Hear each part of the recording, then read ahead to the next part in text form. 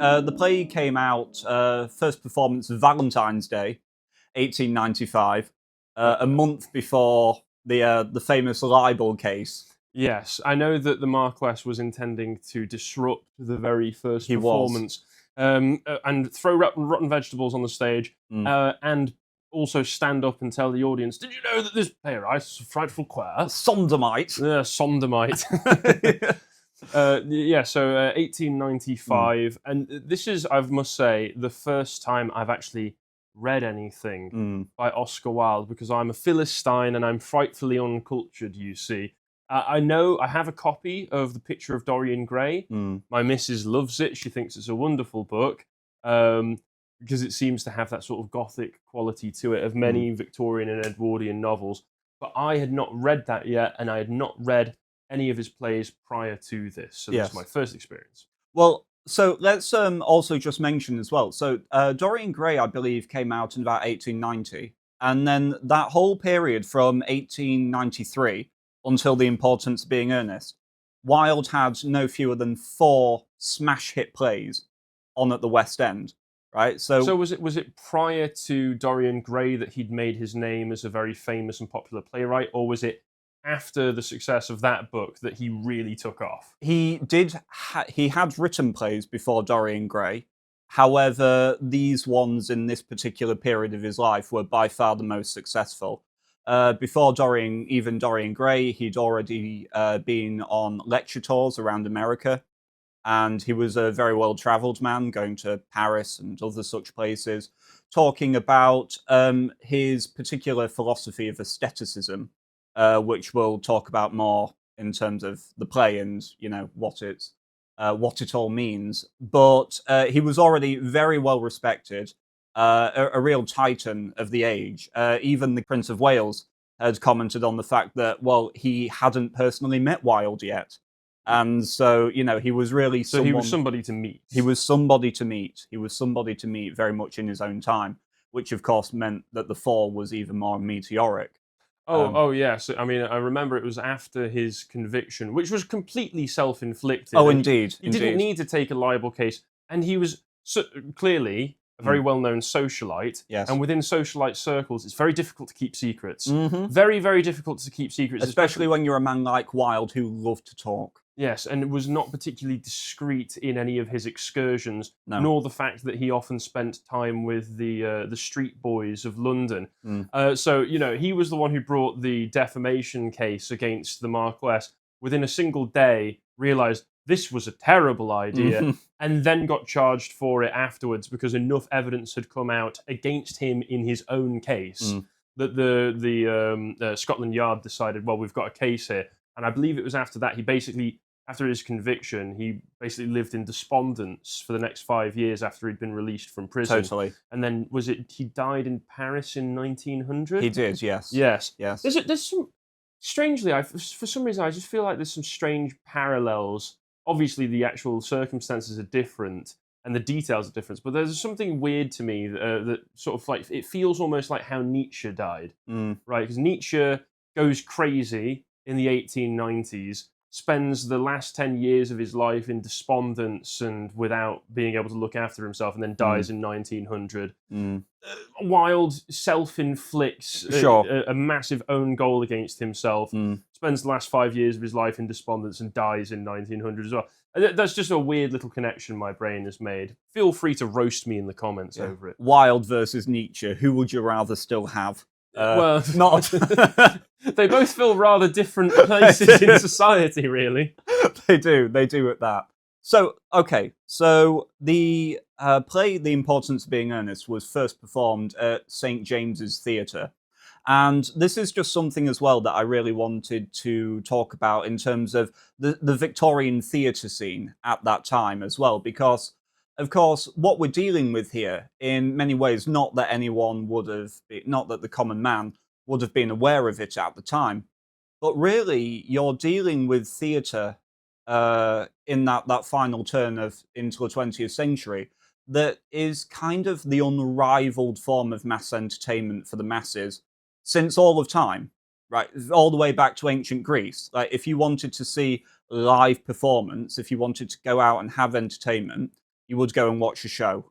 And obviously, in the few decades to come, you had cinema and then television, and all of a sudden, that monopoly that just live performance had had is all obviously going to be broken up. And now, theatre here in the sort of 21st century, in the heartland of fantastic theatrical performances, yes, really.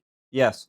And so with St James's Theatre, but all of these different theatres around London, they all had some speciality that they were known for. So you had these actor directors who were actor managers who both managed their own particular theatre and would act in the plays and would decide what plays were put on and were very much responsible for cultivating the image of. So when you went to a St James Theatre, you knew exactly what type of play you were getting. You were going to get a society drama. You were going to get a comedy of manners, in the same way that if you were going to Covent Garden, you knew you were going to get an opera.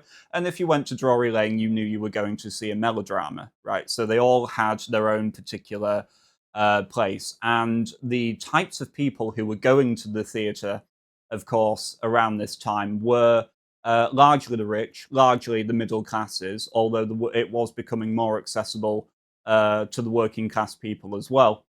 And in a few years' time, you'll see just the institution, the work of actors moving away from being those people who were the outcasts in society, and also the people who were just simply acting families, keeping it within the family, and more into a way where, because in the Victorian era you had Henry Irving, most famous actor of his age, who was the first actor to receive a knighthood.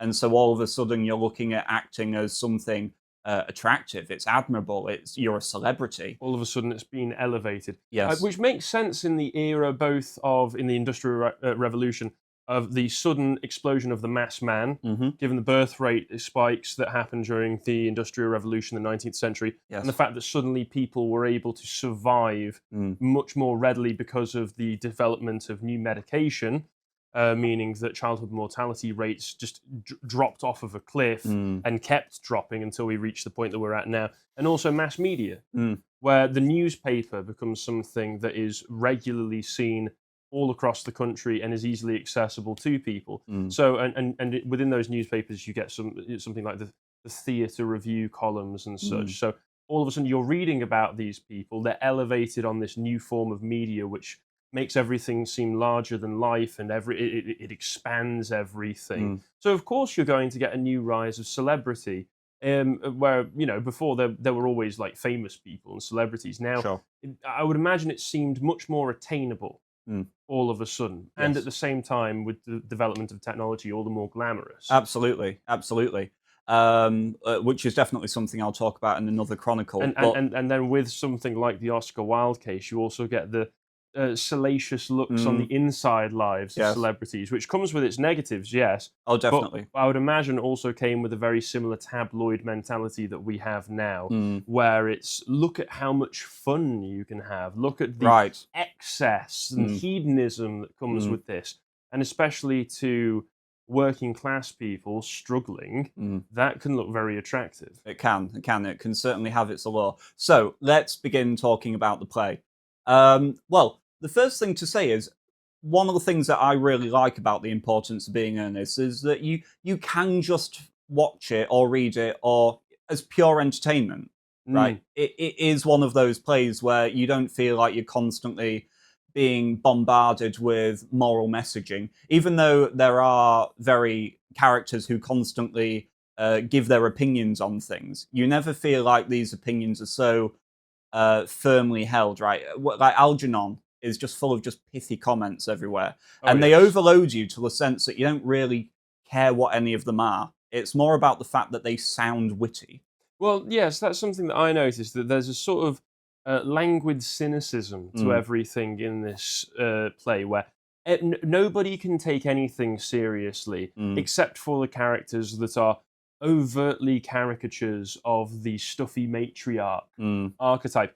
Even towards the end of the play, the one priest who's depicted in it turns out to not be as stuffy as the old lady who wants nothing more than her daughter to, her daughter to be married off to only the most eligible of bachelors who needs to meet all of these very fine, detailed requirements, Right. which almost seems incredibly unreasonable. And I can't help but feel that Oscar Wilde, given that he was a socialite who went around all of these different social circles and interacted with all of these people, had very particular people in mind when he was writing these characters. This felt almost like a personal attack Yes. on whoever it was Yes. that he was writing about and had in mind on this. Because I imagine there might have been a few people who may have seen this play and gone, hold up, old Oscar, me boy. They're doing the DiCaprio meme, just pointing. Wait a moment, that's me. So there is that element of pure entertainment, and I will say that this play, even though I only read it, I didn't get a chance to watch an adaptation of it. It felt like the words were just jumping straight off of the page. Even reading it, it was snappy, it was fast-paced. Yes. There were rapid-fire quips and little pithy comments that made it feel very witty. And it was very witty, it was very entertaining and comedic. But again, there was something that I brought up yesterday to you, which is that due to the cynicism of it, the lack of seriousness, and the fact that there was never a serious moment in the whole thing, everything constantly had to be undercut with a joke. It felt in its own strange way, don't crucify me for this, because this is the only play of his that I've read, and I'm sure with a literary novel like Dorian Gray under his belt that he could write serious narratives. It felt almost like a precursor to Joss Whedon. What is brunch? I don't even understand the physics of how my toes hurt. Yes. And James Gunn and the modern MCU style writing. Obviously a much higher quality than that. And a more English character. And a much more English character. It's not like something would happen and then the character was like stage directed to look to the audience and go, well, that just happened. Yeah. It was nothing like that. But everything was constantly being undercut. The characters' trials and the characters' emotional faults and the difficulties they were experiencing weren't really supposed to be taken seriously. No, not But at at the all. same time, this is very clearly a comedic satire. So the characters are supposed to sort of have a somewhat scornful look at these people, or at least that's what I got from it. No, I entirely agree with you, and I think part of the reason that the play gets away with that is because, in the grand scheme of things, the stakes aren't exactly that high. No. Right? This is the thing. Like, nothing really within the play. This could be happening in total isolation, and the world would know nothing of it, and it would be no consequence. This is just two men. So we've got Jack, and we've got Algernon. Let's start at the beginning. Both ending up to claim to be earnest. Yes. And that's I was not expecting the name of the play to be a literal pun on the names that they're trying to use to win over these women in the play as well. Love a good pun. It was quite charming. Yes. So you've got these two characters, and one of the first things that comes about is that Jack comes to the city. He comes to London to visit his good friend Algernon, who is a total socialite, lives on his debts, lives very, very comfortably. And as Lady Bracknell says, he has nothing, but he looks everything. And so he is, a very eligible bachelor. But Jack has left his cigarette case the time before. And so all of a sudden, what you have is Algernon is questioning Jack about, where do you actually go when you go back to the countryside? Is it really in Shropshire? Well, it's because as well, he knows Jack is Ernest. Yes. And he's wondering why the cigarette case that Ernest is claiming to be his is actually addressed to a Jack Worthing, which seems like it may be a relation of Ernest Worthing. And then Ernest says, well, actually, I'm Jack. Yes. What I do is I have a name for the town and a name for the countryside. At which point Algernon says, so you're a Bunburyist. Yes. A frightful Bunburyist. And that sounds like a euphemism and a half, doesn't it? It does. Because Algernon has a similar plan. Algernon has, in the same way that Jack, when he's in the country, says, I have to go to the countryside. I have to go to the city because my poor friend Ernest, my brother Ernest, he's very, very ill. And Jack constantly uses this as a way to get out of his moral obligations in the countryside to go and live it up in the city. And Algernon has made up this fictitious friend of his, Bunbury, in order that he might basically get out of seeing his relatives. So he doesn't have to be at the dinner table with his aunt, Lady Bracknell. It's such an English problem, really, isn't it? I don't want to see Aunt Augusta, goodness, no. Oh, Bunbury is feeling dreadfully ill. I've just received news over the cable. I must go to see him. Yes. And so, but what you have here, this is the lives that these two men have invented for themselves, are really the start of the play's exploration of Wilde's philosophy of aestheticism. That is, that art for art's sake, and art should not endeavour to be truthful, it should endeavour to be beautiful. And this is not me putting a judgment on it, this is just me explaining Wilde's position.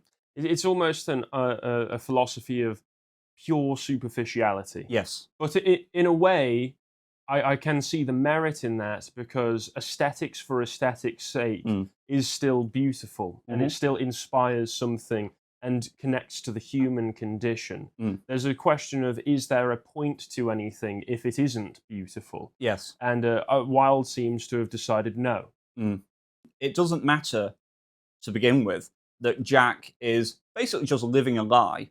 Right, he's living a lie and he's going to the city and he's getting out of all these moral responsibilities.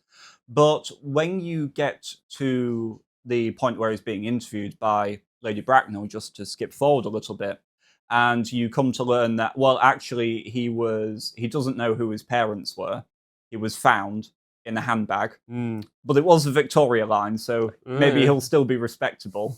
It doesn't go well. But and then the fact that he was basically taken by Thomas Cardew. Thomas Cardew died, and now he is all of a sudden the ward out of obligation to Cardew for his granddaughter Cecily. Jack is someone who has just had all of this responsibility thrust on him, whether he likes it or not. And it's obvious that Jack doesn't... Well, it's responsibility that comes with a hell of a lot of privileges. Oh, no doubt. As well. No doubt at all. He has a country manor. If I could have that country manor, I'd be perfectly happy. He earns a very tidy salary of about £8,000 per year on his investments. Yes. I did the inflation calculator on the Bank of England going back all the way to 1895. That's about £911,000 in today's currency. Yeah. So that's a very comfortable living. Indeed, indeed. Which, again, to come back to the earlier point, makes his struggle seem all the more trivial. Oh, yeah. Right, this is the point. It's all self-inflicted. Yes. This man can basically live any life that he wants. He's only chosen to behave in this way. Which, again, the interesting thing with Wilde being an aestheticist and believing that art doesn't have to have a moral message, there is an underlying moral tone to this, which is that through choosing to be dishonest, these two characters, Algernon and Jack, have both created all of these problems which end up at their doorstep. And it's only through deciding to be honest with people that they end up getting what they want. So there is actually a nice, tidy moral message wrapped up at the end. But then it's topped off with a pun where the play literally ends with him saying, I have now learned the importance of being earnest. Roll credits. And it feels so neatly wrapped in a bow, and with ending with the pun, it feels, again, almost cynical. Almost like, in reality, this is a joke. And they've learned nothing, and you've learned nothing, because they lied their entire lives. And just in this one moment of honesty, they got what they wanted. But now that they've got what they've wanted, both of their future wives are saying, oh, I hope you don't start becoming more truthful with me in the future, dear Algie. I would despise that. It would be rather boring and unpleasant of you to be truthful to me. Yes. If you enjoyed this piece of premium content from the Lotus Eaters, head to our website where you can find more.